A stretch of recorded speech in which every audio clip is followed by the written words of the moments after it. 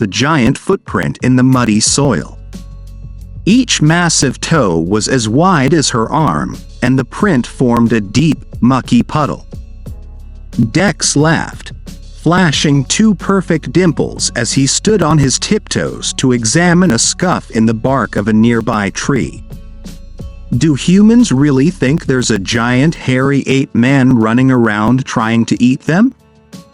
Sophie turned away, pulling her blonde hair around her face to hide her flushing cheeks. Pretty crazy, right? Almost a year had passed since she'd found out she was an elf and moved to the Lost Cities, but she still slipped sometimes and sounded like a human. She knew Sasquatch were really just tall green shaggy creatures with beady eyes and beak-like noses. She'd even worked with them in the pastures at Havenfield, the enormous estate and animal preserve she now called home.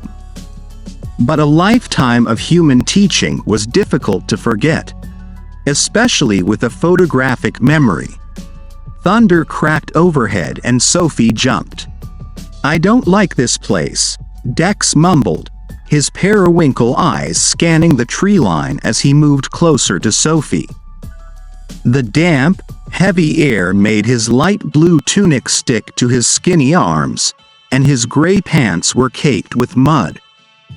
"Let's find this thing and get out of here," Sophie agreed. The murky forest was so dense and wild. It felt like a place time had forgotten.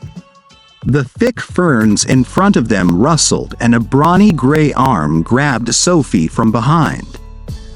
Her feet dangled above the ground, and she got a face full of musky goblin sweat as her bare-chested bodyguard shoved Dex behind.